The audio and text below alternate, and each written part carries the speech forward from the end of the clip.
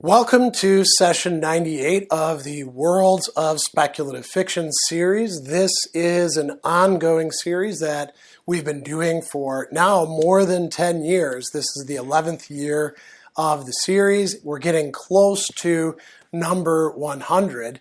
And in this session, we're going to be focusing on a narrative universe, a very complex one that we have explored previously in 3 sessions in past years.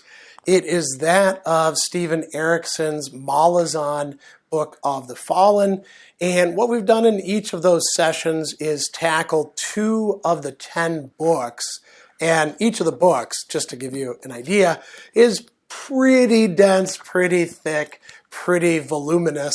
So it's a lot going on in each of these sessions. We've done 2 of the 10 books. So the first 2, the 3rd and the 4th, the 5th and the 6th, and now we are ready to jump into number 7, Reaper's Gale, and number 8, Toll the Hounds, and that leaves, as you can guess, well, just 2 more.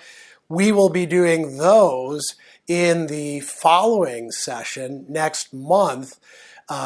Numbers 9 and 10, that will bring it to a close, and we'll have managed to get this entire series finished. So you can tell just by looking at these, and yes, they are different sort of formats. One is more of a paperback, one is a different sort of paperback. These came from the Milwaukee Library. They're both pretty long, even in this version right here. Reaper's Gate is 827 pages. Toll the Hounds in this version is over 1,200 pages. And it's a, very tightly knitted together, very comprehensive story that we're going to be delving into. Obviously, in a session like this, we're not going to be able to cover every single aspect of these books, so there'll be plenty of things probably left out that you might want to bring up. If you're a big fan of Erikson and the Malazan series and world, you'll probably have things that you want to say. So I should say a little bit for those who are tuning in, maybe for the first time, what is Worlds of Speculative Fiction? It is an ongoing series that we started back in 2016 at the Brookfield Public Library, hosted by them as a monthly series. And we were looking in each monthly installation, with the exception of the very first one, where we looked at, fantasy and sci-fi and speculative fiction in general. We were looking at a particular author's works, usually short stories or novels, that comprised a not just series, but a narrative universe. So, in some cases we've made exceptions. We've looked at single novels that are particularly long. Stephen King's The Stand, fairly recently. Anathem, which is also a massive tome rivaling these. We looked at that a while back as well. But usually we're looking at a series in which there's some sort of shared narrative universe, and we explore the world building. We look at what the author has to say. Sometimes we do a bit of biography, and we really focus in on key philosophical themes, whether they're metaphysical or ethical or aesthetic or otherwise. So in this series, we've been looking at a lot of different authors. You can see those listed below in the video description. And for a long time, before COVID, we were meeting every month, and we were doing this in person. And then I would post a video, and then you got to get engaged by comments that you would make. with COVID, we had to go online after a while. And the way that we do this is I do a video that I've shot here, and I premiere the video. I'm there during the premiere doing live chat with the people who are watching and enjoying it. And then we go on to have comments and questions in the on the video later on, but we also, right after the video premiere, hold a Zoom session so people can come in, we can have more discussion, and follow up the various threads that we either got started in the video or in the live chat. So it's very interactive as we can make it. Every year I have the viewers and subscribers, people who've joined the online class, which, by the way, you can join if you want to. Link is below. We have them decide on 3 of the 12 authors and series that I'm going to tackle for the next year. It's a lot of fun. So we are going to now delve into these 2 fairly recent novels by Steven Erikson, part of this massive, I don't even want to call it an epic fantasy. I think we need a different term for it, as I've mentioned in previous videos, something like a meta-ethic or a super ethic, not ethic, super epic, because it is so incredibly complex and worked out in scope. And we'll talk about that a bit later on. So we're going to jump in. I've got a few preliminary things to talk about. We'll look at some of the world building. If you haven't read these novels before, you might feel a little lost. That's okay. Even people who read these often feel lost for reasons that we'll talk about in just a bit. I'm going to do something a little bit different in this very first discussion than I have done in previous sessions, both about Erikson's books and in this series in general. And it's a little bit of a digression about 2 different topics. One is the epic fantasy status of this series, and the other is the, we might call it often, imperative to avoid spoilers. So if you've read these books, then the things that I say within this video are not going to be spoilers, because I'm talking about things that you've already encountered. If you're one of the many viewers who says, I haven't read these books yet, and now you're ruining it for me by talking about what happens to this person or that person, or, this empire or this plot line or stuff like that. You're spoiling it for me. Well, yes and no. And it does indeed tie in with the other theme, namely that this is not just an epic fantasy series the way that some epic fantasy series are, where, you kind of figure things out and there's a big baddie and the heroes line up and, different wars take place and eventually good is going to overcome evil, but it has to suffer in the process. This is not that kind of series. This is fantasy. It is, you could say, epic in scope, although maybe we need a different term that conveys the fact that this is something that goes beyond many of the other series in terms of plot, characters, world building, themes that we typically call epic fantasy. I would say that what Erikson has managed to do in Malazan, Book of the Fallen. And keep in mind, too, it's not just him.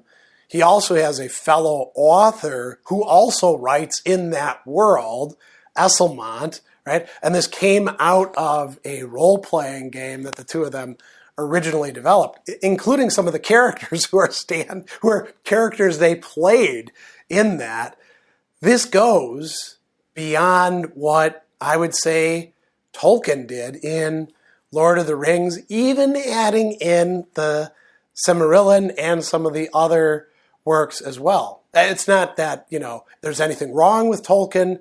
It's just the scope of this is in some ways vaster Somebody more recent who we could compare it to are Scott Bakker and his Second Apocalypse 7-book series. Hopefully he'll finish it, with the 2 promised books, which we haven't seen coming out. Because right now it's in kind of a tragic end, but not quite end, maybe a cliffhanger. This goes beyond that. We could contrast it to Game of Thrones or, some other things along those lines. It goes beyond that. So you'll see when we talk about the world building, just at least a little picture of the vastness of the scope and the complexity. So coming back to spoilers, can you really spoil something? Certainly you can reveal what is happening to particular characters. I'm going to give you an example, and I'm going to throw it out there right now. So if you're one of the people who's read the books perhaps up to book 6 and hasn't read books 6 and 7, and you really, really don't want it spoiled for you, you might want to put your fingers in your ears or turn the volume off and make sure you're not using closed captioning. So here it is. There's going to be some big deaths. Hood, the god of death, is going to die. Not only is Hood going to die, Anomander Rake is going to die. That's big stuff, right? And that's happening close to the end of Toll the Hounds. I'm going to throw another one in there. Dragnapur, this sword forged originally by Draconis and carried by Anomander Rake that transports everybody killed by the sword into the sword itself, which is a realm within the narrative world. Draconis will be shattered. So this big stuff, right? Now, in telling you that, have I actually spoiled the tale for you? I mean, when you read the Odyssey, you know that the Odysseus is going to make it home. I mean, maybe the first time that you read it, that's a surprise to you, right? I mean, it is one of the homecoming stories, and you probably read that. If you read the back blurb or something, it's about this guy, who finally makes it home after 10 years and has to set things in order. Are you really spoiling it by telling people things that they still need to read and encounter and react to and think through on their own? I don't think that spoiler is the right term there. And why not? Because to spoil it for you, so you could say it's spoiling it because you're revealing information. And if the entire aesthetic effect is tied in with the revealing of information that you didn't have, like say in, mystery novels, who killed the person, and did they use the candlestick or did they poison them, right?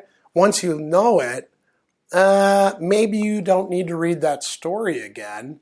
And if you were reading it and it got revealed too early on, you flipped to the back page and you couldn't resist the temptation, now you don't read the rest of it.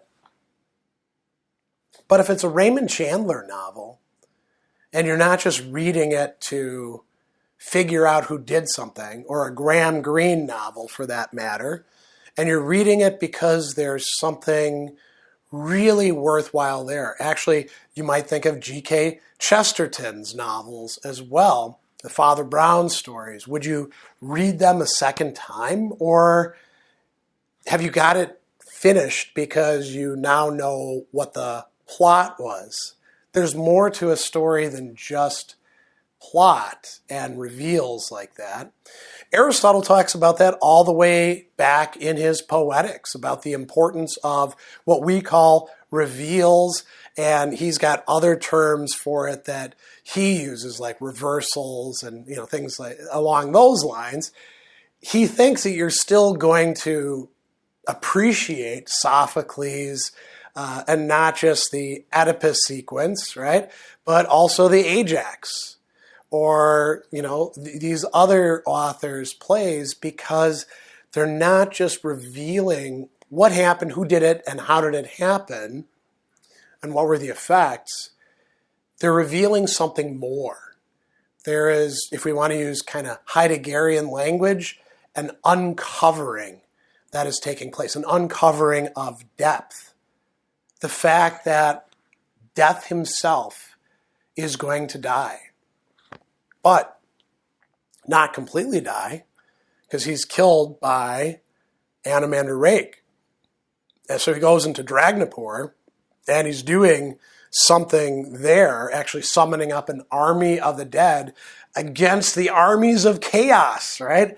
And then Anomander himself getting killed by that same sword will go into the sword and join the combat as well, right?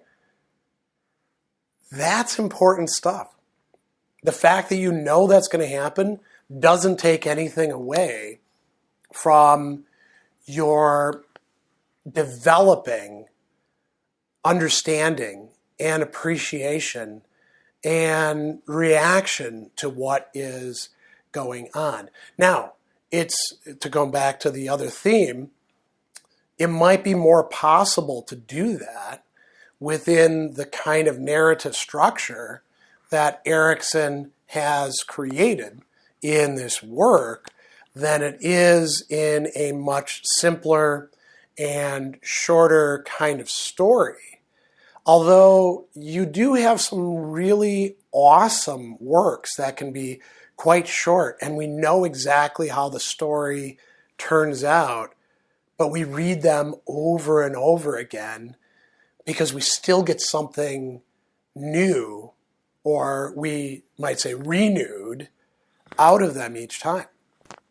So that's all of the little digression that I have about this. Let's talk now about this world that is getting added to, we might say, in these two books, Book 7 and Book 8 of Malazan, Book of the Fallen. I think as we look at the world building that is involved in this vast series and in these two particular novels, we probably need to break it up into two parts. One that's more general, which might be helpful for anybody who isn't all that experienced in the series, who might be watching and hasn't read any Erikson or only read several of the novels. Could also be helpful review for those of us who've read quite a few of them. And then we'll look a little bit more closely at what is actually going on, what more is being revealed about the world or worlds in these two particular novels. Because there's some things every time that are being added to, we could say. So the first thing that we should say is that this is a vast world. And it's a world that the edges of which are unclear, right? There's lots of exposition and discussion about how things fit into each other and what lies beyond the horizons of what we're seeing at any given time. And you can also go to the Malazan wiki, which kind of helps out with some of this. But what you can say is that not just to the characters, but to us, the readers, some of it still remains kind of murky. We don't know what's going on certain continents until we get there. We hear about things, but we don't know if they're actually true or not. And different characters have different takes on what is actually happening. So we can say that the world itself, the physical world, well, maybe physical world isn't the best term to use, but we'll use it for right now. The Malazan world is one of a number of continents that are separated by oceans.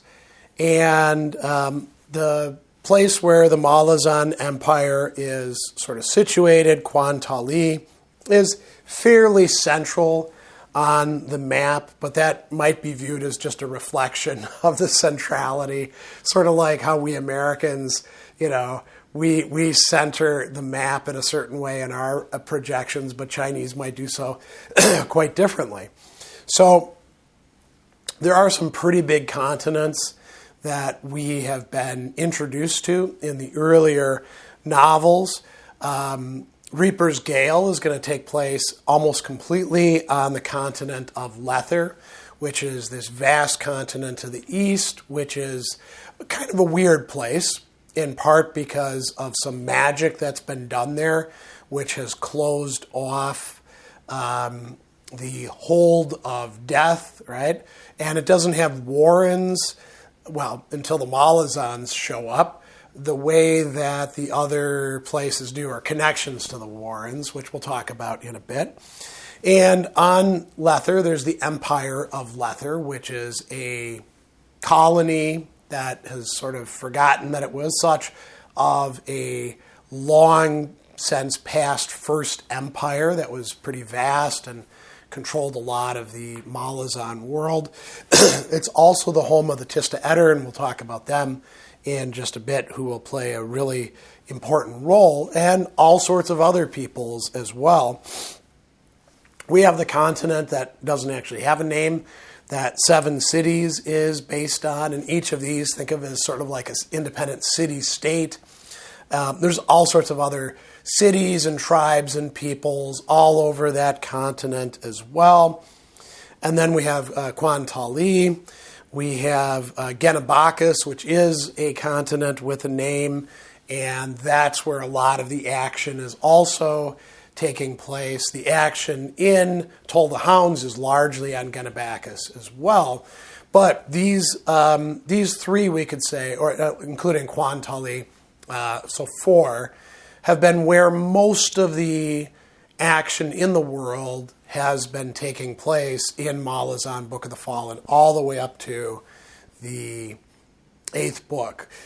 The contemporary action. We could also say there are things going on in the distant past.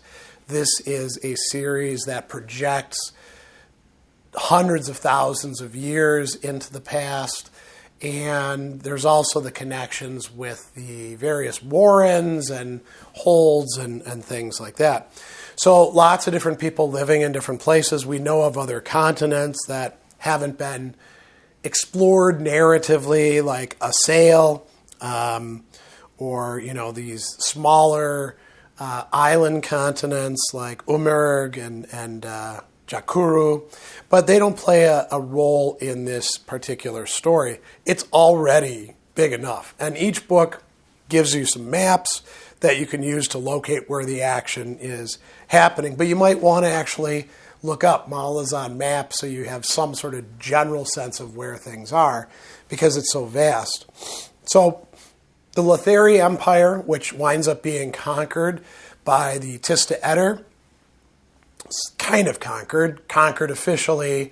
They managed to kind of hold control, even as the Emperor Tista Etter is being manipulated by all the Letheri who are still around, and by the crippled god, who we'll talk about in just a bit.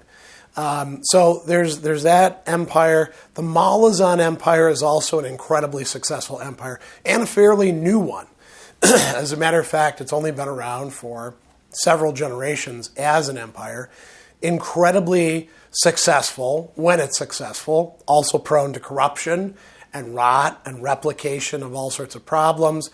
There are no absolute good guys in this story, and there are some absolute bad guys, the Panion Domain, some others as well, but they don't last all that long in the story. And even the people who we often think are quite terrible, sometimes some of them turn out to have some redeeming qualities or moments or even communities within them. So there's other major empires that rise and fall within this vast story. I mentioned the Panion Domain, which by the time that we're looking at these books has been destroyed, and the Tista Andi have taken over the city where the seer had been based, and have made it Black Coral their sort of home base. In addition to this vast world, there's other spaces. So you heard me mention the Holds and the Warrens. These are, you could say, places of magic, and they connect to this world that we're talking about. And it's not entirely clear how they connect to it and permeate it. And some of them are more reliable and active than others. Some of them have been kind of broken up or have become less engaged with the rest of the world.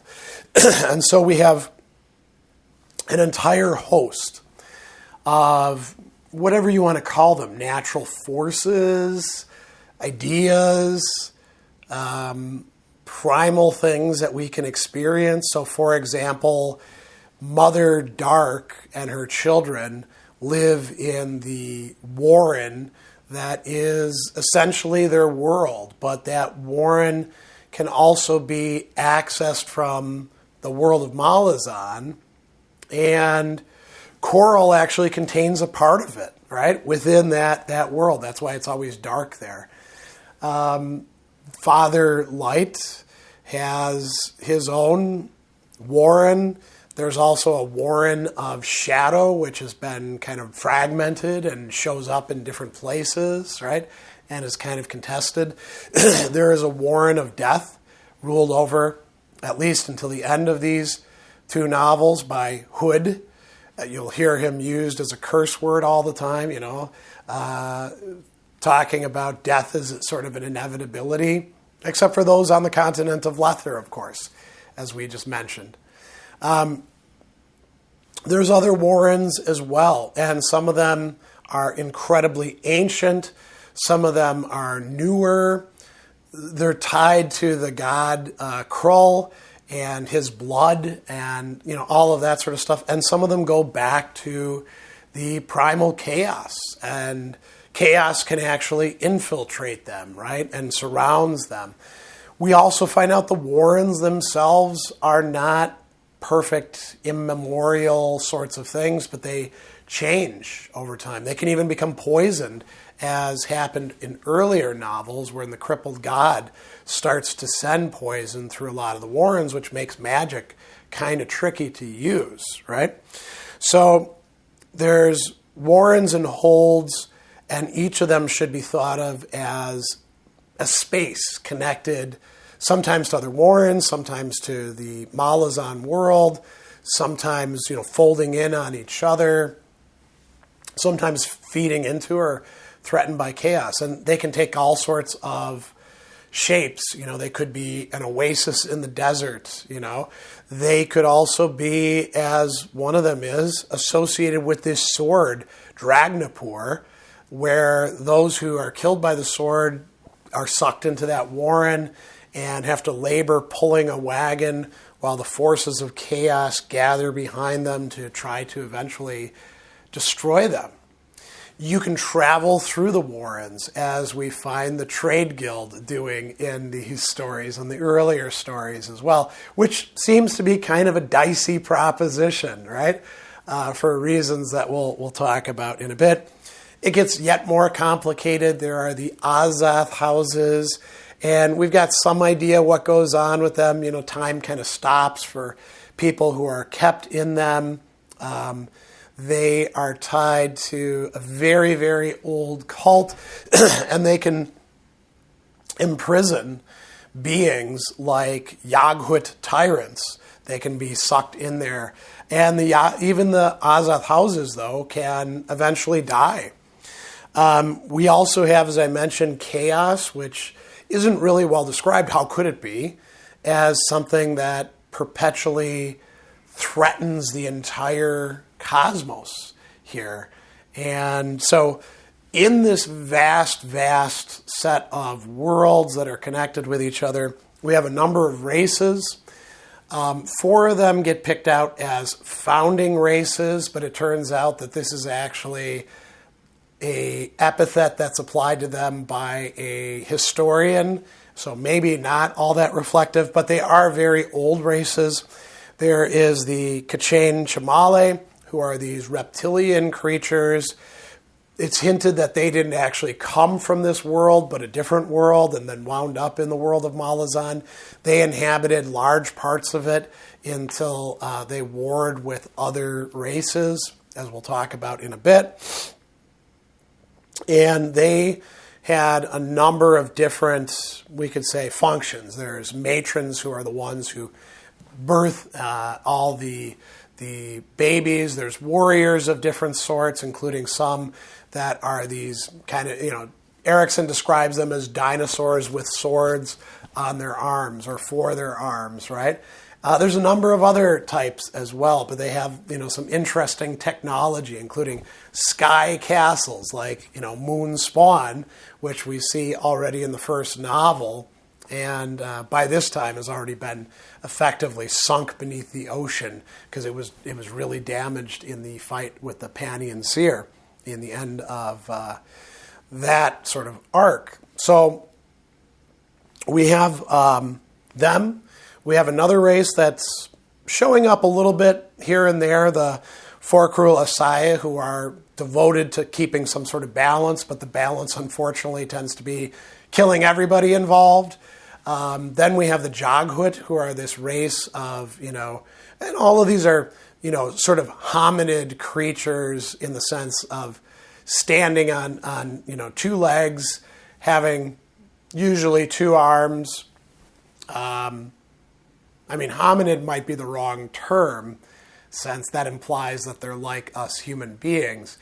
But the Joghut are definitely like that. They're these powerful creatures tied to ice, and they are fairly anarchic. There are some Joghut, the tyrants, who like to take power and control, try to control their fellow race, but also even more, another race, the Imas, who are younger than them. And the tyrants, way, way back in the day, falsely convinced the Imas that they were gods so they could rule over them.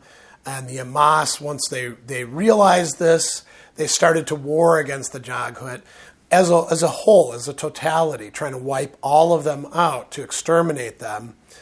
And not realizing that it wasn't most of the Joghut who were behind that. It was the tyrant. So the Joghut sent vast glaciers over the land, and the Imas became the Thlan Imas by using the power of one of the Warrens, Telon, to make a vast sort of sorcerous deal where they became immortal, but they lost important parts of themselves so that they could, cross the continents and kill off the Joghut. There aren't many Joghut left. There are very, very few K'chain Chamale left, although we see a few of them in Reaper's Gale, for example, on the continent of Lether. There aren't many Forkrul Asai. And there's a lot of Imas, but they're mostly Tlan Imas, because the other Imas became, in many respects, other races. So before we talk about the Tista, let's talk about some of these other races. We have these very tall humanoid people, giants, you could call them, the Toblaki or Thelumen. Karsa who's one of the main characters in these stories, is going to be one of them, who's probably got the most pure blood. He's a really important guy. And they are, they are sort of primitive in many respects. They also give rise to other descendant races, like the Fen and the Trell. There's mixing between races, which results in the Barghast, who are kind of a mix between the Imas and the Thelumen. They're a warrior culture.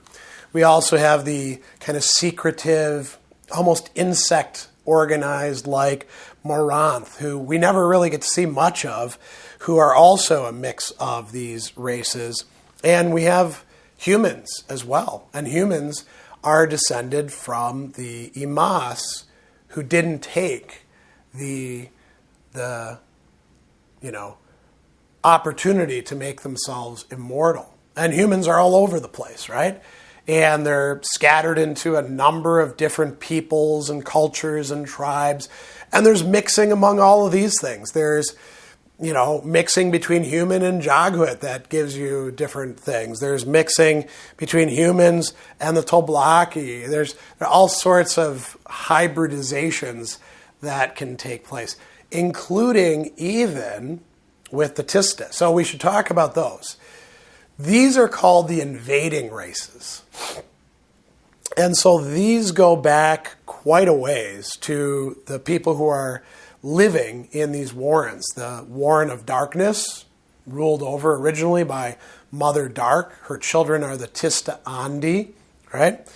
And they have, black skin.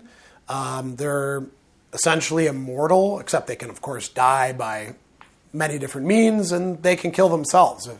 By the time that we're looking at this, many of them have kind of lost their way and will to live. And it turns out they can interbreed with humans because the Blue Nose are a mixture of humans and with some Tista Andi blood, right? We have the Tista Leosi, so Warren of Light, Father Light, and we don't actually see many of them in the story up until this point. We've met a few of them here and there. We've met many more Tista Andi than Tista Leosi, and they're pretty puritanical about stuff. They value, truth and integrity and purity and want to wipe out anything that doesn't fit that. So they're kind of tough to get along with, we could say. And then we have something in between, shadow, right? And what is that? Well, that's the Tista Ader. And they have gray skin instead of black skin or white skin. And they are a different Tista race associated with the Warren of Shadow. And they have their own culture heroes. All of these have their cultural heroes. Animander Rake, for example, right? Anderist. And then we have, Silkus Ruin, and we have Scarabandi, and there's others as well, Osiric, for example. And what ends up happening is the Tista Leosi largely seem, at least as far as we know, to stay in the Warren of Light. The Tista Andi, many of them come into the Malazan world in different ways. And one main way is through an invading force of Tista Andi and Tista Eder allied with each other, which usually doesn't happen on the continent of Lether, to attack who? The Kachin Chamali. And a huge, huge battle takes place where many of the Tista Andi, many more of them than the Tista Eder, are killed. And then there's a betrayal of one ally by another. And there's different stories about who betrayed who. But we find out that it actually is the Eder betraying the Andi after the Kachin Chamali have been largely destroyed on that continent. And that's why the Tista Eder are there, whereas the Tista Andi are scattered in many different places.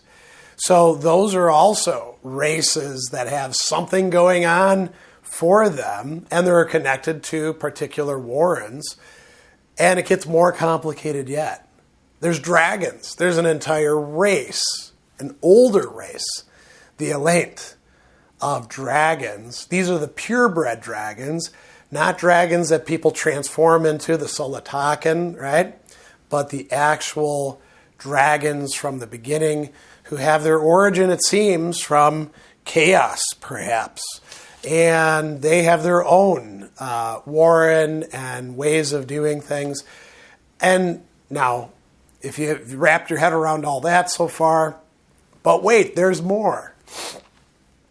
There are what we call gods and ascendants, some of whom are originally human or something else, and because of their success and worship of them, they become something divine, although gods can easily die in this universe, right? They're not immortal in the sense of free from any sort of possible harm. This, is going to happen. And there's no pantheon. There's no single origin story. There are elder gods, some of whom are kind of out of the picture, some of whom are actually still very active. There are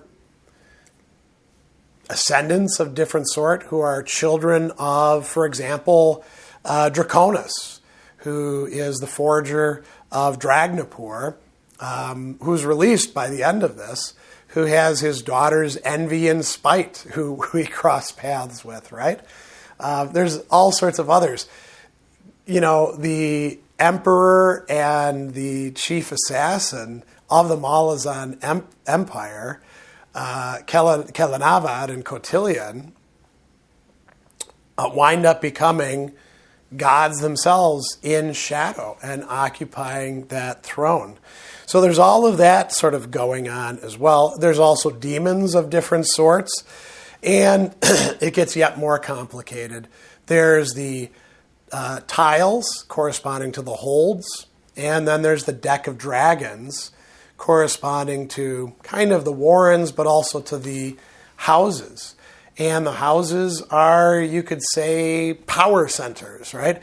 And the newest house that is playing a big role in what's going on in, the seventh book is the House of Chains, essentially run by the chained god, right? Who's a broken thing, but possesses incredible power and draws various people to him. There's also the House of Death. House of Darkness plays a role. House of Shadow, there's a lot of contestation over who's going to be in charge of it. Will it be Shadow Throne? Or will it be the Tista Eder? Or will it be somebody else? There's also an immortal guy cursed by the elder gods, Kalor, who used to have an empire, who is just waiting to take over a throne, most likely the throne of House of Chains, right? So that leads us into the last thing that we need to talk about. This is a world in which magic works, and there is a magic system of a sort, but it's very clear from what Erikson has said, this ain't D&D magic, right? It's not one nice, neat, tidy, coherent system that you could figure out. There's all sorts of different ways of doing magic. There's also alchemy. Different races have different kinds of magic going on. There's accessing the holds, which is closer to chaos and kind of more unruly. There's accessing the different warrens. Some mages can only access one. Some, like Quick Ben, can access a whole bunch of them, right? We also meet a few other characters who can do that as well, which we'll talk about later. And so it's an incredibly complex system. There are mages, there are warlocks and witches, there are shaman, there are gods, there are priests and priestesses. And all of these things are kind of bound up together. And there is no one single overarching plot, as far as we can see, that is connecting every single thing into an epic battle of good versus evil. It's all sorts of conflicts and competition and cooperation and reversals and battles that are taking place within this complex tapestry that Erikson has woven. So I hope that gives you a good idea, those of you who don't actually know Malazan that well, about what we're getting into. And for those of you who have read these books, hopefully this all rings true to you and you don't think I've gotten it too wrong. Now to get a bit more specific with the world building, or maybe even better put, world revealing going on in these two novels, we've got a lot that's happening. And, I could actually kind of set them apart. One is on a continent over here primarily. The other is on a continent over here, although they are connected together by some of the warrens and some of the plot lines that are going on, and reminiscences as well. So in Reaper's Gale, we've got a lot of different things converging, and that's a theme that we're going to talk about later on, this notion of convergence. So it's happening on the continent of Lether, but mostly on the eastern part of it, where the Lethari Empire and the other peoples around it are, including the Tista Etter, who have conquered them. And in conquering them, they have, in some respect, been conquered themselves. What we find is that the human empire of Lether, which is incredibly based on the notion of debt and indebting people and economic conquest, has managed to take even the conquerors and to make them essentially part of the empire, while granting the emperor, Rulad Seigneur, who carries this sword, which he can't let go of, that the crippled god has given him, which allows him to die and be brought back to life, or rather imposes on him that terrible burden, because it's not great dying and coming back to life. He fights what he calls champion after champion. As a matter of fact, part of the plot point here is sending out fleets to find champions from all over the world. And one of those fleets has brought a couple of champions who are going to turn out to be incredibly important here. But they also inflicted a lot of damage on the Malazan Empire, and the Malazans are, out for revenge, or at least certain Malazans are. So coming back to Lether, this empire continues on in the same way, and we find out in Reaper's Gale that a new organization, a kind of secret police, is becoming incredibly prominent within the society. The patriotists, who have their own kind of hierarchy, and the chancellor to the emperor is actually running the show behind the scenes, and Lether is engaging in warfare and drawing on the Tista Etter as, you could say, allies or shock troops to go in and do some of the fighting with them. The emperor is becoming more and more isolated, including even from his own family. He'll end up, and here's a spoiler, he'll end up imprisoning and leading to the deaths of his mother and father, among a number of others as well. And so that's a central part of what's going on. And I'm actually going to read a few reflections, not from that book, but from the later book, having to do with what's happening in Lether. So Traveller and Karsa Arlong are talking about the Malazan Empire and about empires more generally. And Traveller will say, I won't dispute your words to Blocky. Do you want to know what happened after you killed Emperor Rulad? And Karsa says, the Tista Etter quit the empire. How did you know that? I guessed which. Just like that? Yes, they did not want to be there. Traveller said, I expect the Tista Etter discovered rather quickly the curse of occupation. It acts like a newly opened wound, infecting and poisoning both the oppressors and the oppressed. Both cultures become malformed, bitter with extremes, hatred, fear, greed, betrayal, paranoia, and appalling indifference to suffering. Yet the Malazans occupied 7 cities. No, Samardev, the Malazans conquered 7 cities. That is different. Kelanved understood that much. If one must grip hard in enemy territory, then that grip must be hidden at the very cusp of local power, and no more than a handful is being strictly controlled. Everyone else, merchants and herders and farmer folk, everyone is to be shown better circumstances as quickly as possible. Conquer as a rogue wave, rule in quiet ripples, the emperor's own words, right? So 2 different models of conquest going on there. what happened in Lether and what happens with Lether is not a particularly good one.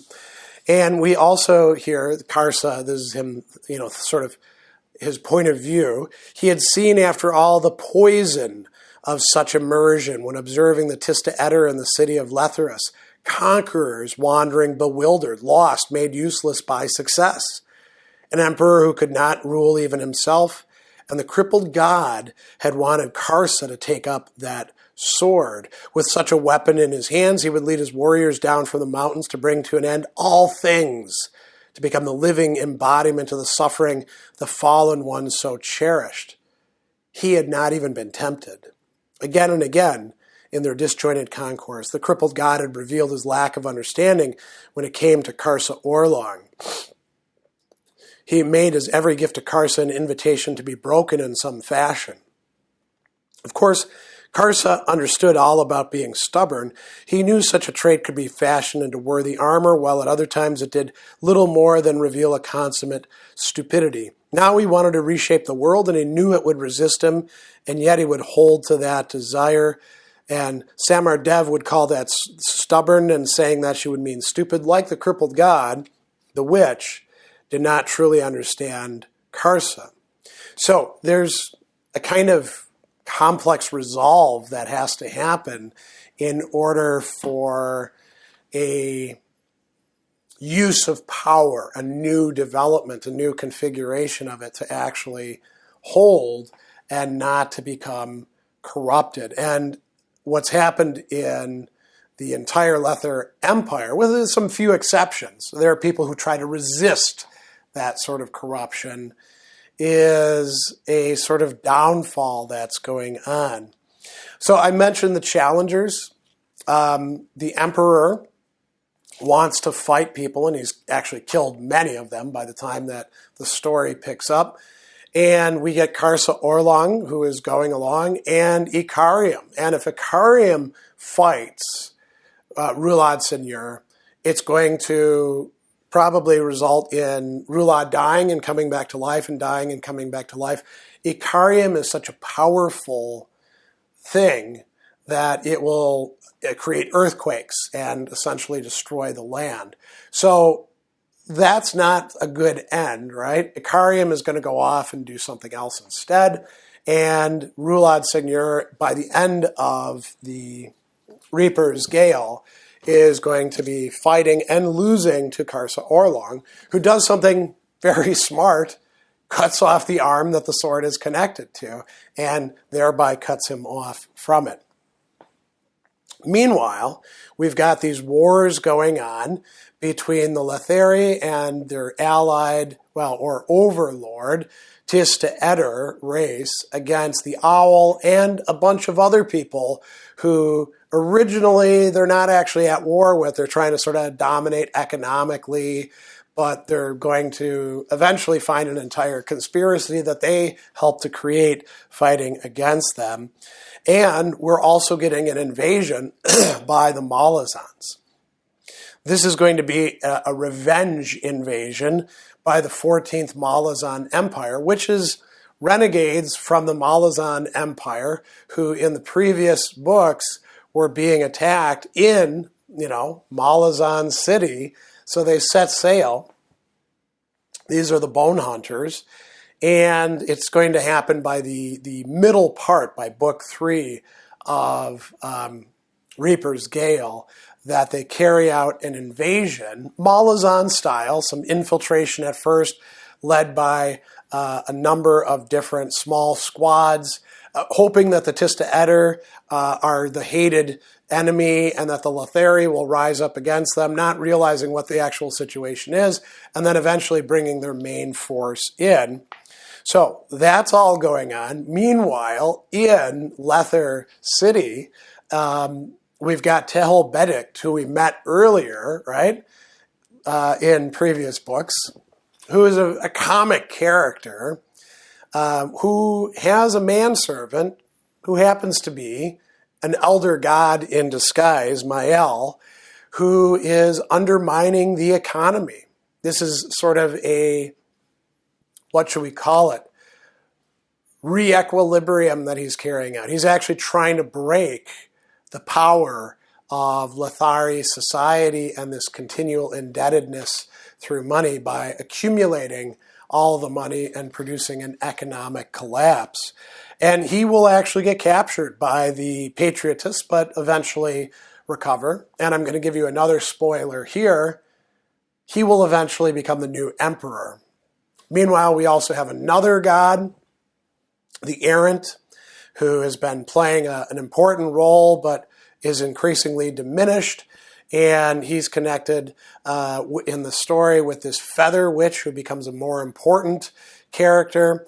And we find out that they are in a sort of conflict together. He is going to try to engage the master of the deck, who's not even in this story, or for that matter, Toll the Hounds either, but has been important, Ganois Paran, because we've got the deck, which is the deck of dragons, tied to the various houses and warrens, and then we've got the older holds, the tiles of the holds. So all of this is going on. And then we have another story that's happening with these people on the continent who are trying to escape from the Lethari spies and armies, a whole bunch of different people of different races, including Tista Eder, right? The brother of the emperor, Fyr Seigneur. We have Silcus Ruin, Tista Andi, who was betrayed by Scarabandi, and we've got others as well, Letharis, former slaves like Udanas, right? And even somebody who came from an Azath house. And it ends up leading to this place, the Refugium, this interesting warren that probably, perhaps, there's a conjecture about it, was created by the Joghut as a land of the dead, but the Joghut don't inhabit that because they don't believe in souls, right? But that is where the Tlan Imas go, actually other Imas as well, and the Tlan Imas who wind up there are no longer bound by the effects of the ritual of Telan. And in that, there's a battle that's going to take place. Very interesting sides being revealed. We have all sorts of characters who were important in the previous books being brought in. For example, Quick Ben and Hedge, who's now a ghost, Onorok the Broken, the Tlan Imas, Trollsignor, right? And all of this interesting stuff is happening, and there's some pretty important reveals about who at least some of these people are, and conflicts as well. So, Silcus Ruin, Clip, and Wither. Wither is a sort of shade or wraith, will attack Fyr, Siren, Udanas, and Kettle. Kettle, when she's killed, will actually be the seed for a new Azath house. So all of this stuff is part of the world that's being explored in that 7th novel. Then in the 8th one, Toll the Hounds, we shift all the way over to Ganabakis, right? Past the 7 cities, past the isle that Malazan is on. And it's centered primarily in 2 big cities and then some of the surrounding area, Darajistan and Black Coral. Black Coral is what has been taken over by the Tista Andi under Anamander Rake after the Panion domain was broken.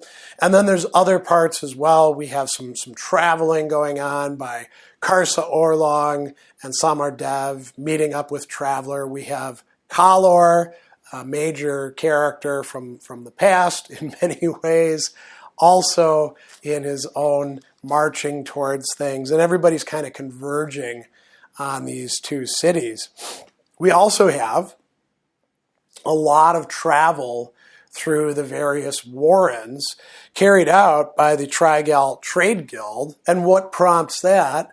Well, the previous friend/minder of Icarium is trying to catch back up with him, so he commissions the Trygal Trade Guild to get him to an entire other continent where Icarium is now traveling around, right? And so they travel through a lot of the warrens, including the Warren of Death, get pursued, get stuck in different places. We also see a lot of exploration of the warren that is inside the sword, Dragnipur, which was forged by Draconis, who's stuck in the sword himself. There is this wagon that is being drawn by all of these dead within the sword, and some of them are no longer able to pull it, so they get to rest on the wagon for a while. Meanwhile, the forces of chaos, literal chaos, are gathering behind them, trying to catch up with them. And Dragnipur knows, and so do some others, that when those forces of chaos actually do manage to get them, well, it's not even all hell will break loose. All the realms of reality will be undone. And what we're going to find out is that lots of people wind up there. By the way, I mentioned Ganoes Paran. He escaped from Dragnipur in a previous book and has kept that secret from Animander Rake.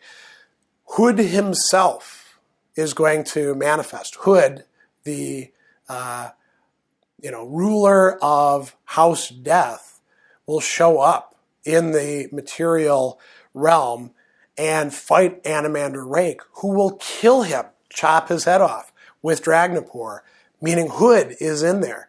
Hood summons up the armies of the dead, including many of the Malazan and the Grey Swords and all these other people that have died along the way to fight against the armies of chaos and perhaps hold off the dissolution of everything. Dragnipur is also after all of this. By the way, Animander Rake is also going to be drawn in as he fights Traveler, who is Dasam Utur, the first sword of the Malazan Empire, right? And at one time, the knight of High House Death, but, no longer that. And Animander Rake is going to help Hood and the others within, including Draconis, within Dragnipur to fight off chaos and to summon back Mother Dark. The sword itself, at the very end of the book, Toll the Hounds, is going to be undone, broken, destroyed by another one of the important characters, Caladan Brud, who has the mighty hammer coming from Byrne.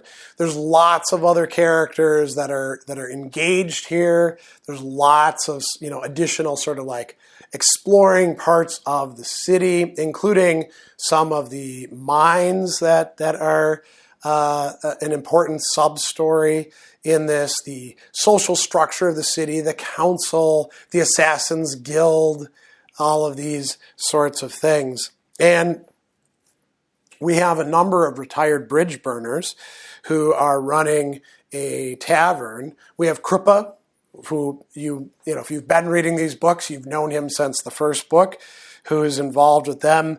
We have assassins coming back to town like Ralik Nam and Crocus/Cutter. And we have these incredibly powerful ascendants, Kalor, as I mentioned earlier, Traveler, but also Spite and Envy, the daughters of Draconis. We have Tista Andi, these immortal dark people who, emerged from a warren into this very world who are an important part of the story. And we have Karsa Orlong along with Samar Dev, right? We also have Octavian, the Redeemer, being attacked by the dying god, who's a new, not a newcomer, but certainly a new piece in the puzzle in this story, right? And all of this is part of the great storytelling that is going on within these two novels that I've really only touched on a little bit for you here. Erikson has given a vast number of interviews on the Malazan Book of the Fallen world, its characters, plots, all of those sorts of things. I'm just going to stick with those that are available in print rather than in podcast or video format. And I wanted to concentrate on those that were about the time that these two books came out, the Reaper's Gale and Toll the Hounds, which are in very quick succession. So there's a lot of other interviews that we've brought up in previous sessions. There'll be others after we get to the end of the series that we'll bring up that are sort of retrospective about the series as a whole. So I'm going to just go through these. There's a lot of insightful things, I think, that he says, and maybe give a bit of comment on some of them, and you can think about whether they help you out as well as a reader or potential reader of Steven Erikson's books 7 and 8 of Malazan, Book of the Fallen. So there's a number of great questions and answers that were in Reactor in a sort of solicitation. Ask questions of Steven Erikson and he'll answer them for you. So these are specifically about Reaper's Gale. Unfortunately, it doesn't look like there was a published version of similar questions for Toll the Hounds, but these go far beyond just Reaper's Gale and talk about some other aspects of his craft. He's asked by one person, I've read in some of your interviews and on your blog that themes are a really important aspect of your writing, so I was wondering, how do you manage to make a balance between the plot and the themes? Do you focus on one aspect or another? So when you begin writing a book, do you have one universal theme for the whole novel, or do you have individual themes for individual plot lines? Erikson will say, every teacher of fiction writing will tell you that a story should never serve theme, for to do so is to produce the weakest form of fiction there is, didactic. Didactic means when you're trying to teach somebody through writing fiction. Indeed, they might well insist to the beginning writer to forget about theme entirely, to suppress it. In fact, finally, they may add that a story's theme only arrives after the fact, not in the tale's composition, but in its completion. And if one wants to address it as the author, then the time to do so is between the first and subsequent drafts, when you fine-tune details to reflect said theme. In essence, I don't disagree with any of that. It's probably the safest way to approach storytelling as a beginning writer. That said, once you're past that beginning stage, once you've got some kind of handle on the process of writing, once you begin to truly comprehend the vast possibilities awaiting you as a storyteller, the sheer potential of language as a vehicle to serve both the intellect and the inner spirit, then to continue to subsume all notions of theme strikes me as obdurate and self-defeatist. Because to arrive at that place as a writer is not to stop the journey of exploration and discovery. Everything that's led up to that moment was the warm-up to the marathon, not the marathon itself. In other words, to deny the relevance and importance of one crucial element of narrative structure, theme, is to me downright dumb.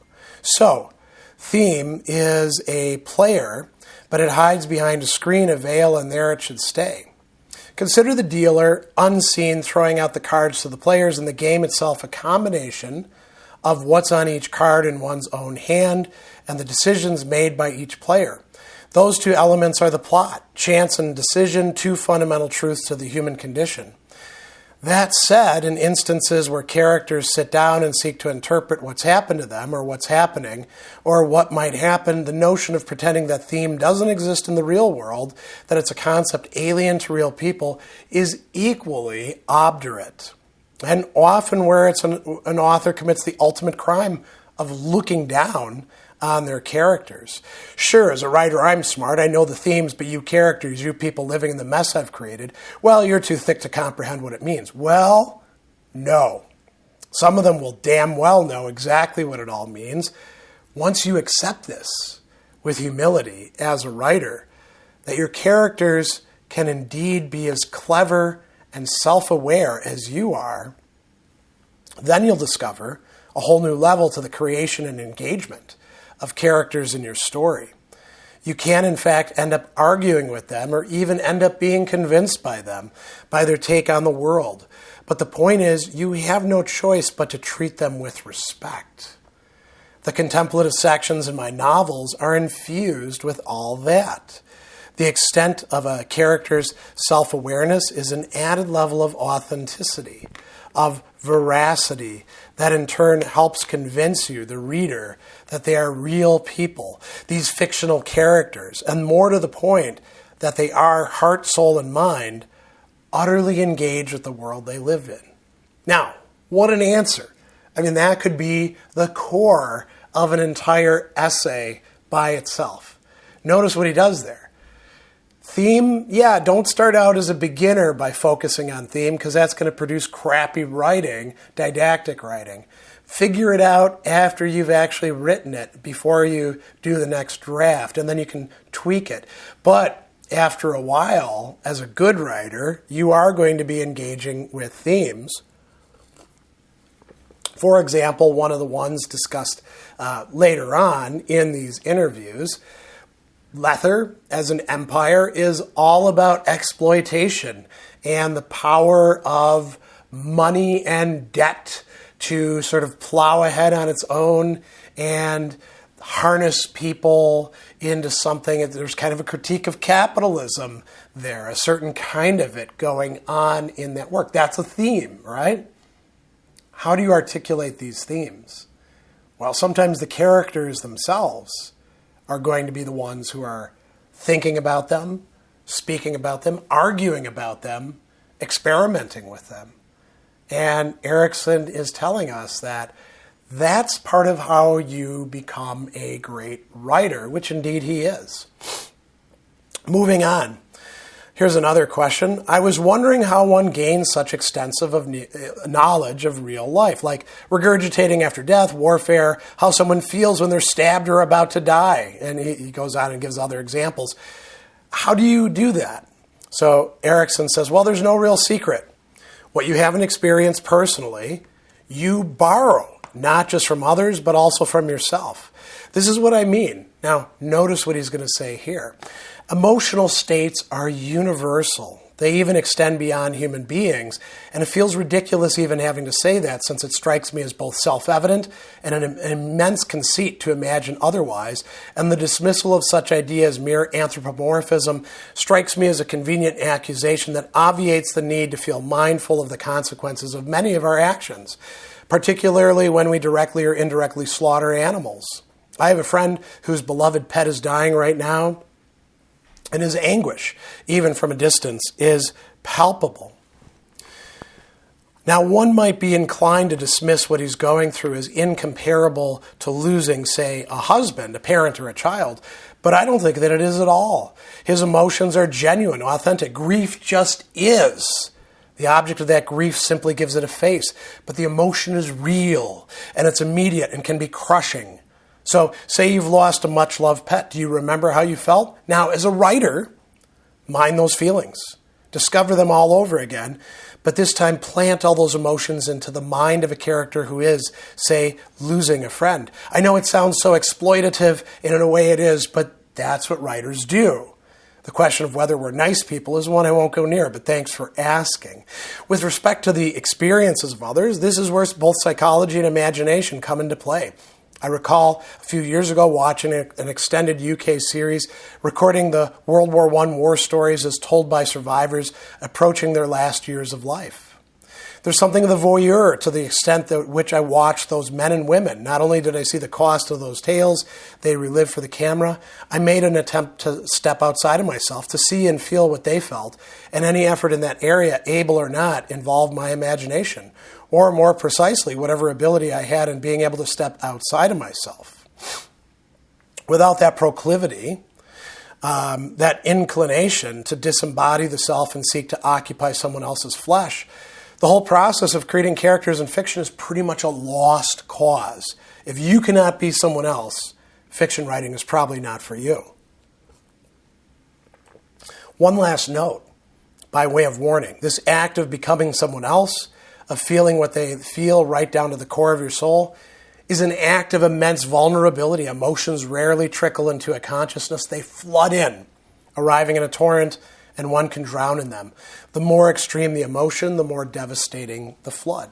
Again, something almost like a mini essay here. What you see is Erikson denying an idea that many people express, that we really can't know the feelings or thoughts of others, even within our own culture, let alone of those in a different culture. How can we possibly know them?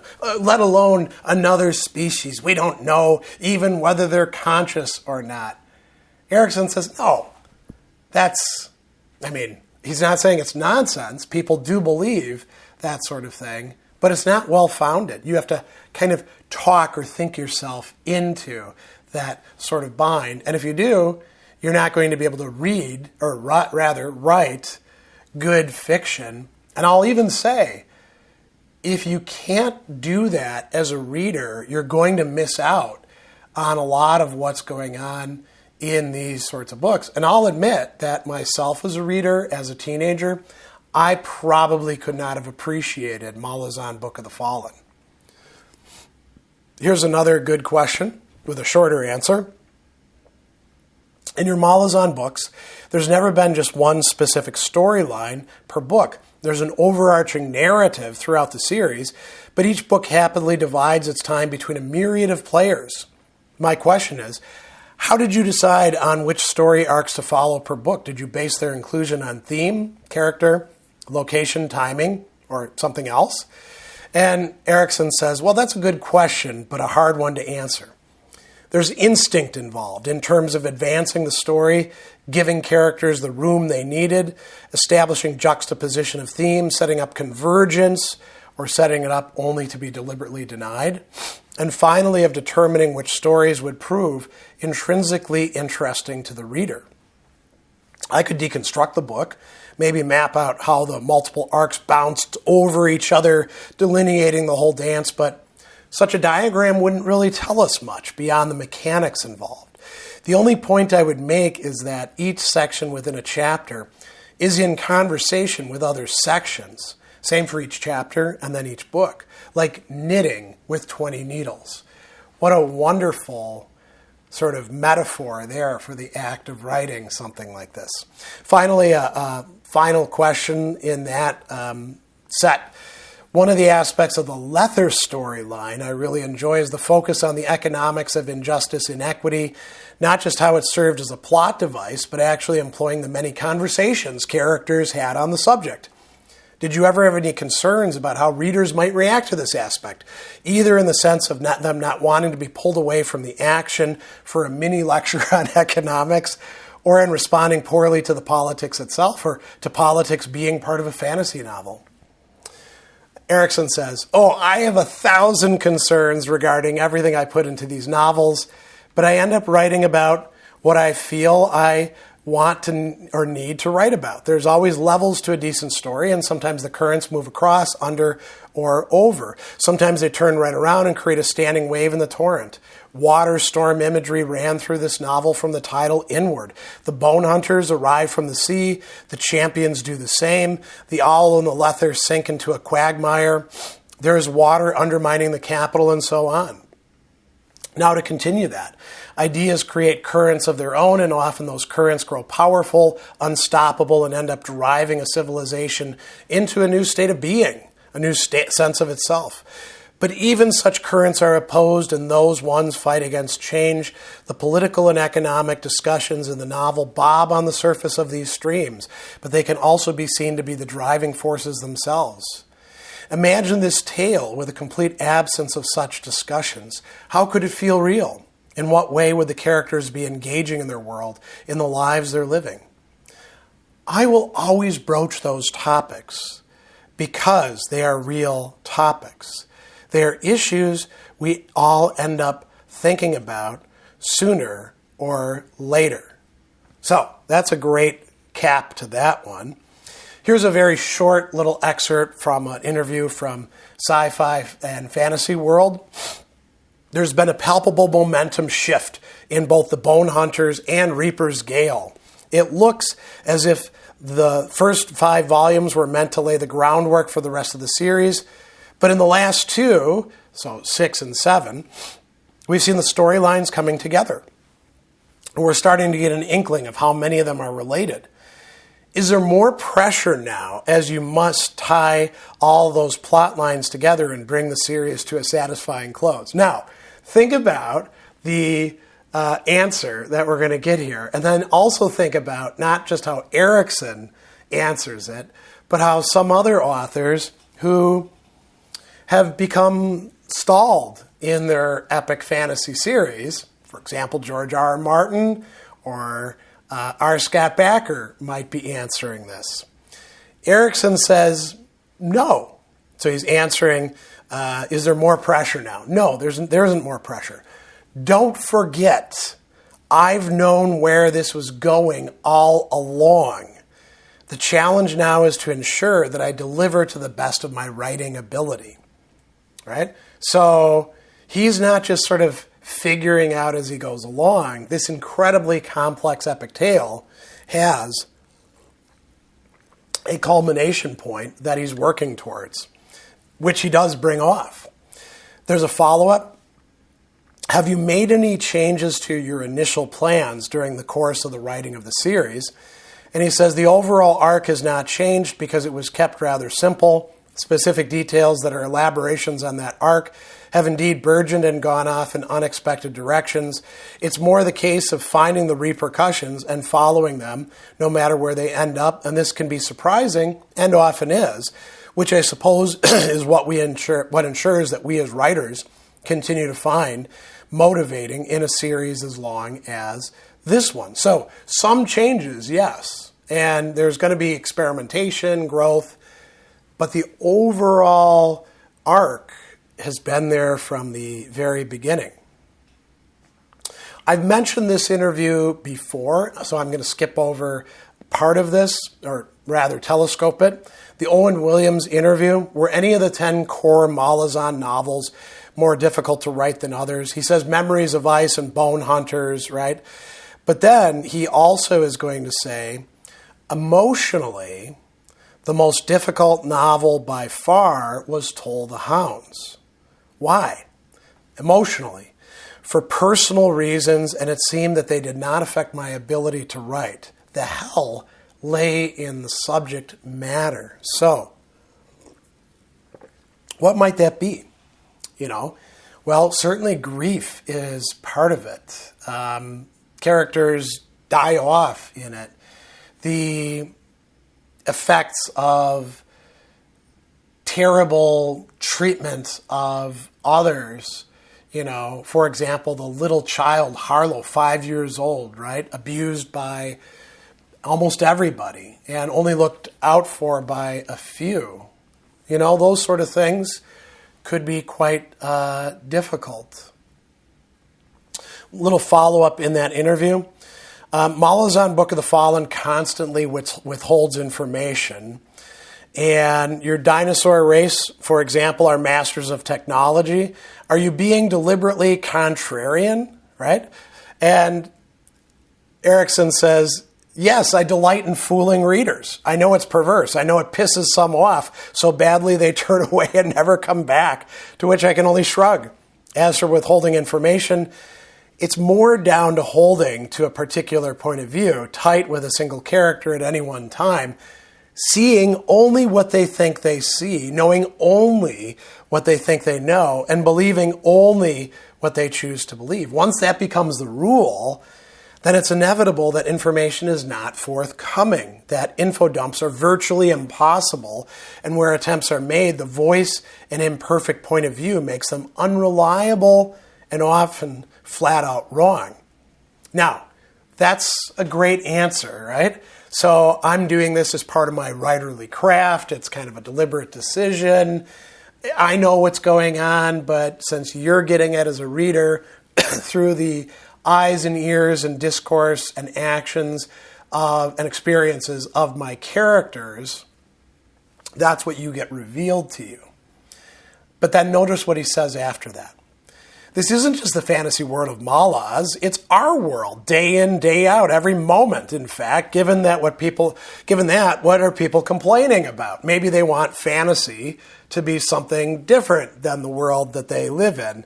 He says, I suspect the ones complaining are the ones looking at a fat fantasy tome as a means of escaping from the confusion and overwhelming complexity of real life. Alas, I don't deliver on that. I just drag this world shit over into that one, mess with a few rules of physics and whatnot, and sit back and watch. That's not contrarian, but it is, I suppose, subversive, especially to the tropes of the genre. But there's no way I can make claim to being the first to do so. The most powerful example of this I know, and it is that clash of worlds that proves the thematic spine, is of course Stephen Donaldson's Chronicles of Thomas Covenant the Unbeliever, our shitty world and one miserable life dragged into a fantasy realm. That's probably the most subversive fantasy series ever written. Breathtakingly, jaw-droppingly so. From what I hear, people either love it or hate it, that too. Just like with my stuff. I feel privileged for that company. Then finally, we get this great interview in Fantasy Book Critic. And here's one question. Reaper's Gale was actually dedicated to Glenn Cook, who's a major influence on your work. Why did you dedicate this particular novel to that author, and what do you find inspiring about his writing? So Erikson says, generally the dedications I make have no direct relationship to the book in question, the notable exceptions being House of Chains and my latest, Toll the Hounds. Instead, I have a list in my head of those people I want to single out for acknowledgement. Glenn was next in line. Right? And before you ask, the dedications for the last two novels are already decided. I have always enjoyed reading Glenn Cook's fiction, fantasy and science fiction both. He's simply a very good writer, which in itself always inspires me, and I've always appreciated the ease with which he draws the reader into the words he creates, even when eye level drops right down to an inch above the blood-soaked muck. He's asked then, in my opinion, Reaper's Gale featured both more humor and more tragedy than any other work in the series so far.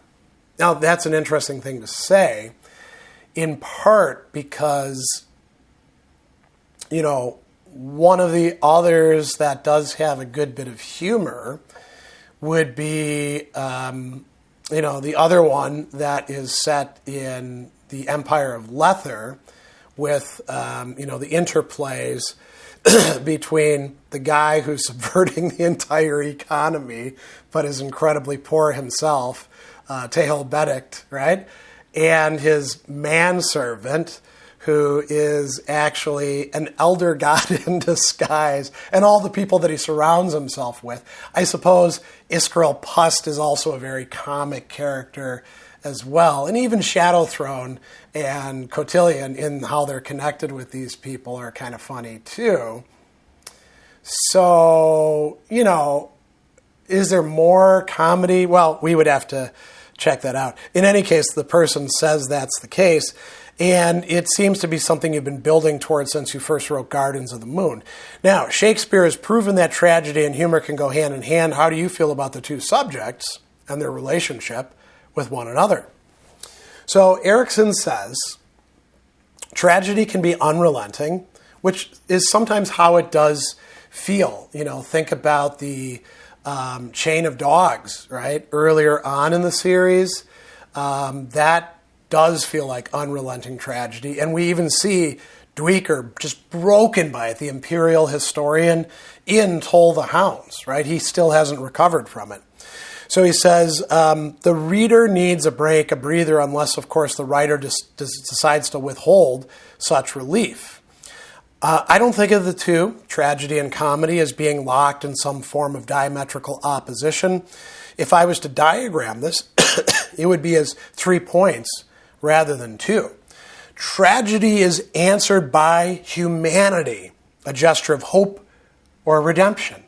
Now, redemption, very important point, right? We saw that in the entire end of the war against the Panian seer earlier, and we see that as the god, the Redeemer, in Toll the Hounds, who also requires a kind of redemption himself against the dying god, don't we? Comedy relates more to issues of relief when it comes to structure, or happens to be tightly bound to a specific set of characters. It's related to tragedy, but not in any direct way, or for me at least. Sometimes laughter is the only answer to something overwhelmingly tragic, as when, for example, I stand at an intersection and watch hundreds of cars and trucks whiz past, and it dawns on me that nobody really gives a flying F about this planet. Today's smoking addiction isn't cigarettes, it's oil, and who isn't blowing smoke in all of our faces? Tragedy, comedy, ha-ha. Here's another question he gets in the same interview. Character-wise, you write from literally hundreds of different points of view, including characters both major and minor, human and inhuman. And by doing this, I think you really capture just how diverse the world can be and how individuals' perspectives may vary. Yet not everyone agrees with this kind of setup. What are your explanations for the way you write your characters? And what are you trying to accomplish through so many different viewpoints? So here's a great answer. Multiple points of view are for me a way of ensuring that no single worldview, philosophy, or attitude dominates the story. Very true, isn't it? That may be another feature of this beyond epic fantasy, right? No one single point of view dominates the story, and yet there is a coherence to it. Conversely, he says, I am happy with a single point of view when the subject I'm exploring is about a single truncated point of view, as with a naive narrator where I make a point of driving that character headfirst into the wall of reality. With this series, I decided on innumerable points of view to hopefully emphasize that history is not something that happens to the chosen few, but to everyone. I find it rewarding to weave modest character riffs in order to play with perspective, voice, and tone. This latter effort with luck keeps the narration from becoming monochromatic. And in books the length of the ones I'm writing, that's essential. One can, on occasion, see novels employing single points of view wherein the author's own attitudes, politics, and prejudice make every scene smell rank as a locker room, as those biases are squeezed out through that character, tainting every other character in the process. Rubbish writing, dishonest writing, blah. Free up characters to test one's own assumptions. Tear down one's own cherished beliefs. The author who does this is an author I will read and respect. It is, for me, the difference between intellectual cowardice and fearlessness. Now, is he, perfectly fearless? No, he's admitted that he has trepidations himself, which I think is probably good. Finally, here's a question about world building. You've mentioned that world building has been one of the most enjoyable aspects in writing the Malazan series, but it's also one of the most challenging, precisely because you're trying to avoid any close cultural ties with our own world and that of past fantasy novels. Personally, I think you've accomplished that feat. But how do you feel about the world that you and Iain, Cameron, Esselman have created? Is there a particular culture or race that you're most proud of from the series? Now, this is a series, as we talked about earlier, that has many cultures, many races. Humans are just one of the races with myriad human cultures. So here's what Erikson says. We wanted something unique and original, as non-derivative as we could possibly make it. But it's not as unrelated to this world as it may seem. Confounding stereotypes is predicated on the sordid existence of stereotypes. Without them, nothing created in a fictional world could surprise readers. That seems to have been the case in the Malazan series, especially when it came to gender roles, female soldiers, non-gender-based hierarchies of power, and so forth. Even the fact that the Malazan world is essentially colorblind, it is ultimately making a point. But the point being made is not a presence, but an absence.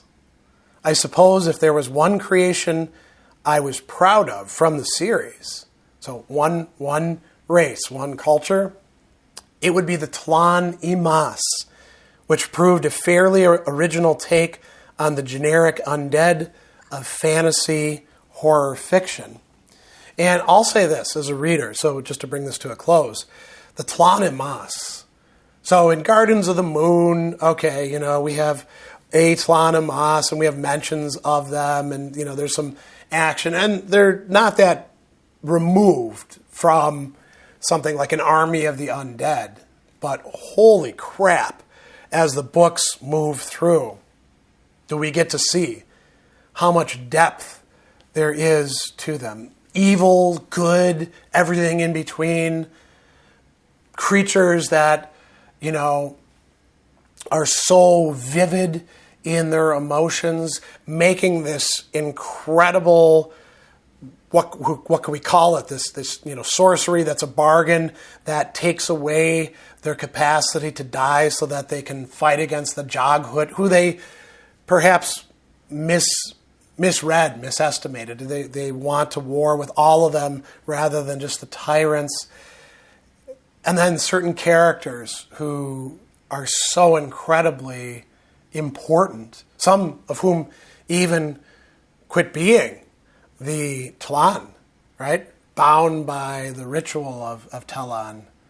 So, that is pretty fascinating to me that he, of all the different groups that he could have focused in on, the Tlan Imas are the ones that he mentions retrospectively as being particularly proud of. In these two books, as in so many of the other Malazan novels, we have a number of metaphysical, should we call them reveals or speculations? What word should we use? They're definitely not some sort of authoritative declaration from on high, but they are worth mulling over.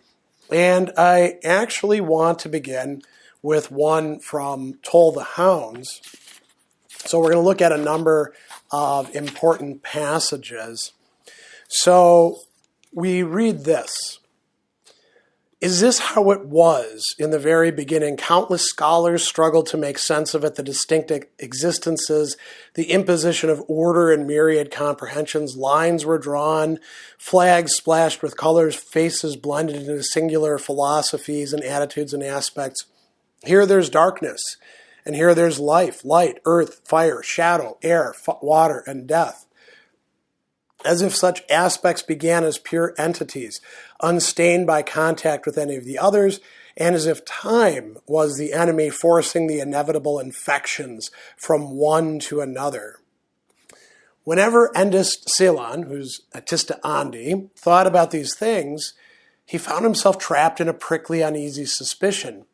In his experience, purity was an unpleasant concept, and to imagine worlds defined by purity filled him with fear. An existence held to be pure was but the physical corollary of a point of view bound in certainty. Cruelty could thrive unfettered by compassion. The pure could see no value among the impure after all. Justifying annihilation wasn't even necessary since the inferiority was ever self-evident. Howsoever all creation had begun, he now believed these pure forms existed as nothing more than the raw materials for more worthy elaborations. As any alchemist knew, transformation was only possible as a result of admixture. For creation to thrive, there must be an endless succession of catalysts. So he says, no, he believed that the age of purity was but a mythical invention, a convenient separation of all the forces necessary for existence, yet was not he witness to the coming of light, to Mother Dark's willful rejection of eternal stasis? Did he not with his own eyes see the birth of a son over his blessed, precious city? How could he have not understood at that moment how all else would follow inevitably, inexorably? The fire would awaken, that raging winds would howl, that waters would rise, and the earth crack open, that death would flood into their world in a brutal torrent of violence, that shadow would slide in between things, whispering sly subversions of all of those pristine absolutes. So, very interesting speculations there. Here's another one coming up quite late in Reaper's Gale. So what we're talking about here are sort of primal forces, and we learn that there's, a very deep, long history. So there's a conversation going on, and this is happening between various people, including Tista Andi and one of the Malazan. So Seren Pedek says, just Tista, not Andi, Eder? Aquiter Silcus Ruin said, the Tista are the first children, the very first. Ours were the first cities, the first civilizations, rising here in realms such as this one. As Clip has said, elemental. And what of the elder gods? Seren Pedek demanded. Neither Clip nor Silcus Ruin replied, and the silence stretched until Udenas snorted a laugh. Unwelcome relatives pushed into closets, bar the door, ignore the knocking, and let's hope they move on. It's ever the problem with all these creation stories. We're the first, isn't it obvious? The others, ignore them. Imposters, interlopers, and worse. Look at us, dark light and the gloom in between. Could anyone be purer, more elemental than that? The answer, of course, is yes. Let's take an example, shall we? Nothing preceded darkness, said Clip, Tista Andi, irritation sharpening his pronouncement. Udenas shrugged. That seems reasonable enough as an assertion, but then is it? After all, darkness is not just absence of light, is it? Can you have a negative definition like that? But maybe Clip wasn't being nearly so offhand as he sounded there. Nothing preceded darkness, nothing indeed. True absence, then, of anything, even darkness. But wait, where does chaos fit in? Was that nothing truly empty, or was it filled with chaos? Was darkness the imposition of order on chaos? Was it the only imposition of order on chaos? That sounds presumptuous. Would that feather witch was here. There's too much of the tiles that I've forgotten. All this birth of this and birth of that stuff, but chaos also produced fire. It must have, for without fire there's no light. One might also say that without light there's no dark, and without both there's no shadow, but fire needs fuel to burn. So we would need matter of some kind, solids born of earth, and fire needs air, and so on. I am done listening to all this nonsense, Silcus Ruin said, right? And Udenas thinks, my guess is you are as ignorant as the rest of us when it comes to the birth of all existence, that your notions are as quaint as ours, and just as pathetic, too. Fir Sinyar spoke. Udenas, the Eder woman, hold that the Kekra, the Kachen Chamale, bound all that exists to time itself, thus assuring the annihilation of everything, their great crime. Yet that death, I have thought hard on this, that death, it does not have the face of chaos. The very opposite, in fact, right? So, again, we don't know what actually started everything. And then earlier on in the novel, we get a really interesting reflection about the Warrens, right? So this is some thinking on the part of one of the characters, again, Seren. Are any Warrens alive? Most would say no, impossible. They're forces, aspects, Proclivities manifest as the predictable. All the great thinkers who are long since dust worried this enfevered need as befits the obsessed, but they did not understand. One warren lies like a web over all the others, and its voice is the will necessary to shape magic. They did not see it, not for what it was.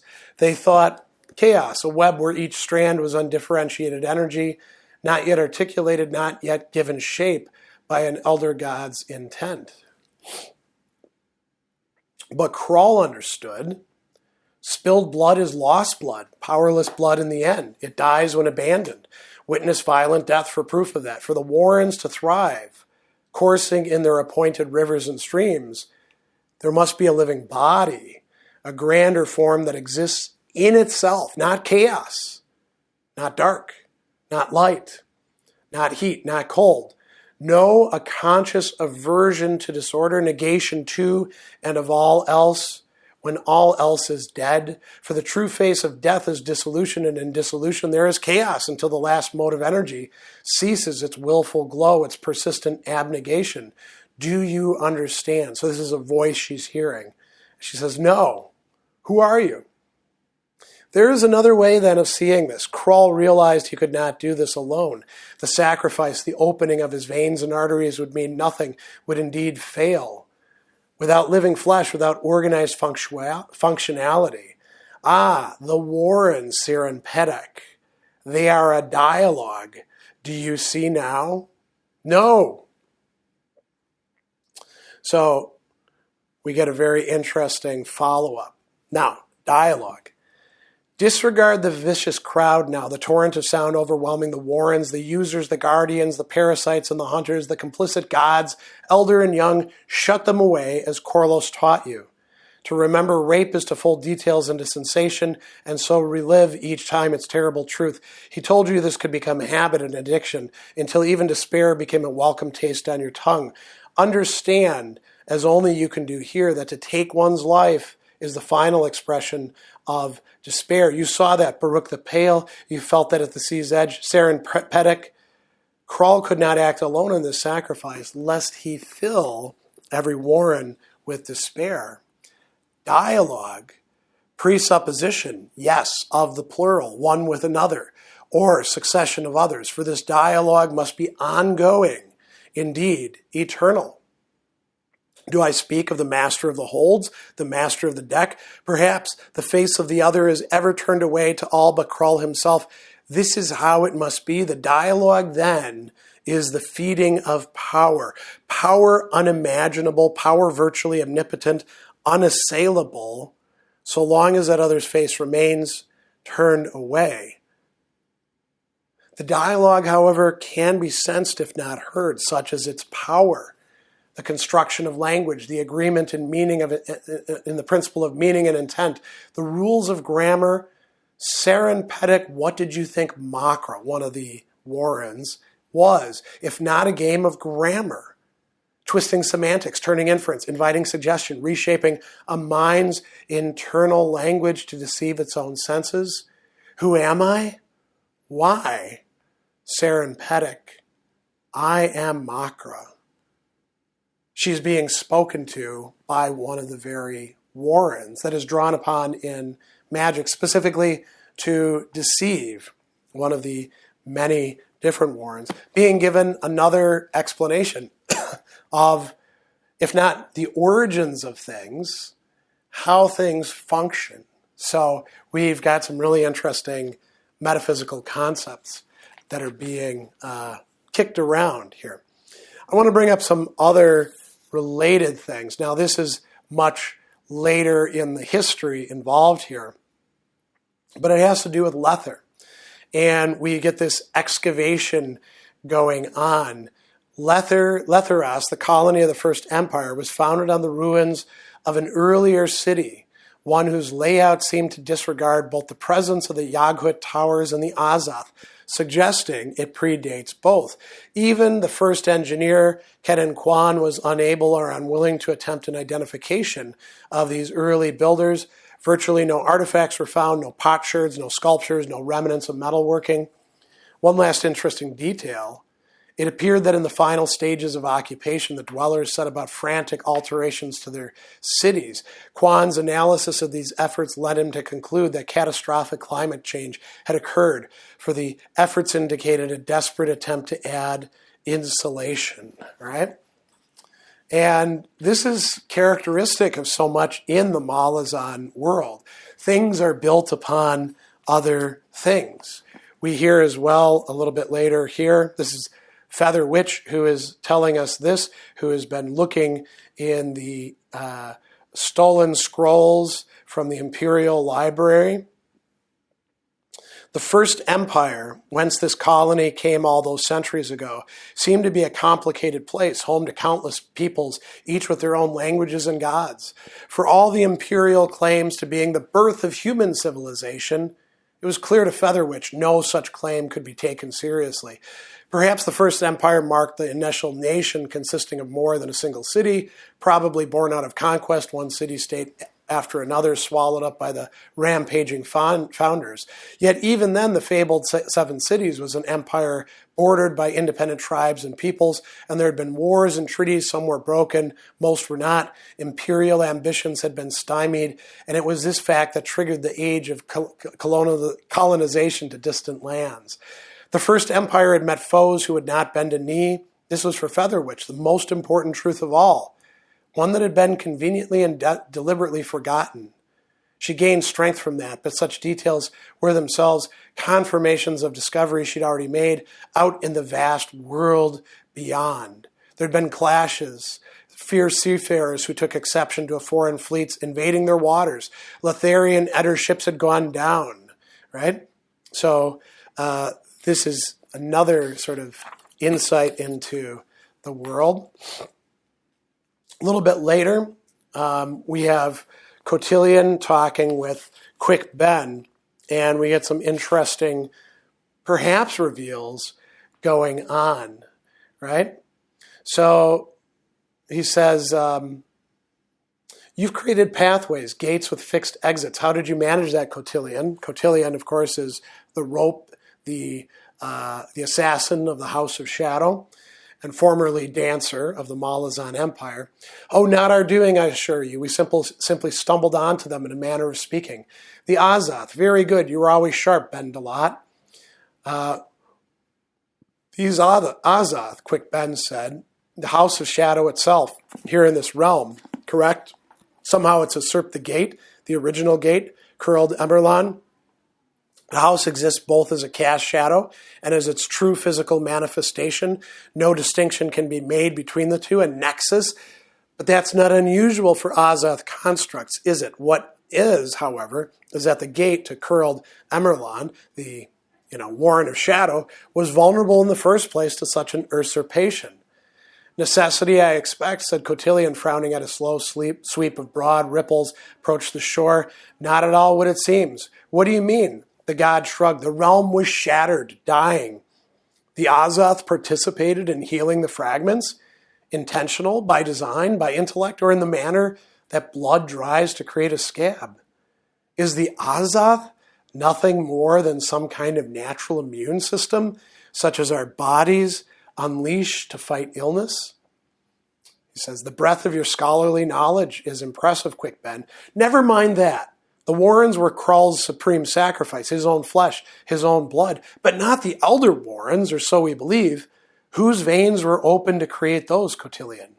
Now notice a god says this. I wish I knew. Or rather, I don't.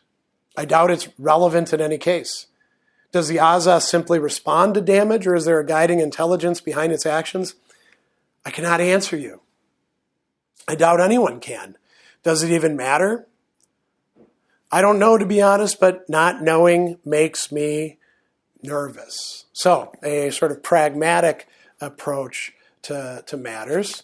And going ahead a little bit more in the work, we're going to get one other very interesting passage coming up. So this is about that refugium Warren, right? What do we learn about that? In the Yaghut wars, many Tlanimas fell. Those who could not flee, what remained of their bodies were left where they fell, for they'd failed. On a rare occasion, a fallen would be gifted, so its eternal vision looked out on a vista more than a stretch of ground or the darkness of earth. The Tlanamas who were more thoroughly destroyed were believed to have found oblivion, true non-existence, which we came to hold as the greatest gift of all. Hedge glanced away. These damned Tlanamas were heartbreakers in every sense of the term. Perhaps, Emroth continued, for some, oblivion was not what they fought. Dragged down into the Yaghut underworld, the Yaghut realm of death, a place without the war, without, perhaps, the ritual of Telon itself. Without the war. This is the Yaghut underworld. Shouldn't it be filled with Yaghut, their souls, their spirits? The Yaghut don't believe in souls, ghost.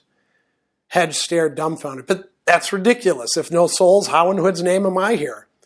It occurs to me, Emroth said with rasping dryness, that manifestation of the will can go both ways. Their disbelief annihilated their own souls? Then why create an underworld? Verdunanoth is an ancient creation. It may be that the first Yaghut souls found it not to their liking. To create a realm of death is the truest manifestation of will after all. And yet what is created is not always solely what was willed. Every realm finds resident beings. Every realm once formed is rife with bridges, gates, portals. If the Yaghut did not find it to their liking, other creatures did, including the Tlan Imas. Now, we have a few passages coming up in Toll the Hounds that are also quite important in this respect as well. Kalor is going to give us a sort of point of view that is very contrary to all of this. Too much weight was given to history as far as Kalor was concerned. One's own history, that of peoples, cultures, landscapes. What value peering at past errors and judgment, at mischance and carelessness, when the only reward after all that effort was regret? Regret was the refuge of fools, and Kalor was no fool. He'd lived out his every ambition after all, lived everyone out until all color was drained away, leaving a bleached, wan knowledge that there wasn't much in life truly worth the effort to achieve, that the rewards proved ephemeral, nay, worthless. Every emperor in every realm through all of time itself soon found the lofty title, and how its power was an existence devoid of humor. Even excess and indulgences paled eventually. And the faces of the dying, the tortured, well, they were all the same, and not one of those twisted expressions vouchsafed a glimmer of revelation, the discovery of some profound last-breath secret that answered all the great questions. And then Kalor says, what everyone sees at the last moment is something utterly banal. Now there was an enemy, banality. The demesne of the witless, the proud tower of the stupid. One did not need to be an emperor to witness it, right? Kind of doesn't matter what the meaning or metaphysics is. A little bit later on, we have this conversation between Endis Salan, who we encountered before, and Caladan Brood. And they're talking about the world possibly ending, and how, everything claims ownership in some way. And he says, we give so that we can then justify taking it back. I've come to believe that this exchange is the central tenet of our relationship with everything in the world, any world, human, Andi, Eder, Leosan, so the three Tista people, Imas, Bargas, Yaghut. Not Yaghut, cut in Caladan Brood. I know little of them in truth. What was their bargain? Between them and the world? I don't even know if an explanation is possible, or at least within the limits of my sorry wit. Until the forging of the ice, defending against the Amas, the Yaghut gave far more than they took, excepting the tyrants, of course, which is what made such tyranny all the more reprehensible in their eyes of other Yaghut. So they were stewards? No. The notion of stewardship implies superiority, a certain arrogance. An earned one, surely, since the power to destroy exists. Well, the illusion of power, I would say, Endest, After all, if you destroy the things around you, eventually you destroy yourself. It's an arrogance that asserts a kind of separation, and from that notion that we can shape and reshape the world to suit our purposes, and that we can use it as if it was no more than a living tool composed of a million parts. See, already my skull aches. Only with the truth, I think, said Endis Salon. So the Yogurt did not think of themselves as stewards, nor as parasites. They were without arrogance. I find that an extraordinary thing, warlord, beyond comprehension, in fact. They shared this world with the four cruel Asai, who were their opposites. They were witnesses to the purest manifestation of arrogance and separation. So, some interesting reflections there. And we come to the final passage that I had marked out for discussing this, and this has to do with ascendancy and godhood. There were so many paths to godhood. Apollo was certain of that. So many paths. Refused to die, refused to surrender, refused to die and refused to surrender. And that was one path, stumbled onto without true intent, without even wanting it. And these gods were the bemused ones, the reluctant ones. Reluctant power was the deadliest power of all. Other gods were called into being, and the nature of the call took countless forms, a convulsion of natural forces until the very sludge awakens. Wherever discordant elements clashed, the possibility was born. Life, intent, desire, and need. But these too were accidental things, inasmuch as anything could be accidental when all the particles from creation abounded, as they surely did. There were other ways of calling a god into being. Gather a host of words. Make them what? Physical. Make them physical, from the empty ether to the incision in clay, to the stain on stone, to the ink on skin. Physical because the physical created by its very nature before the eye, created patterns, and they could be played with in numbers and sigils and astral proportions. Now, why is this coming up? Because Karaspala is creating a god within the warren inside Dragnapur. And all of these things come together. We still don't ever get a comprehensive metaphysical view of the world, but we have a lot of the elements, and they're, to use one of the phrases that was brought up, in something like a discordant dialogue with each other. And Erikson is letting us listen in on that conversation in all of these books.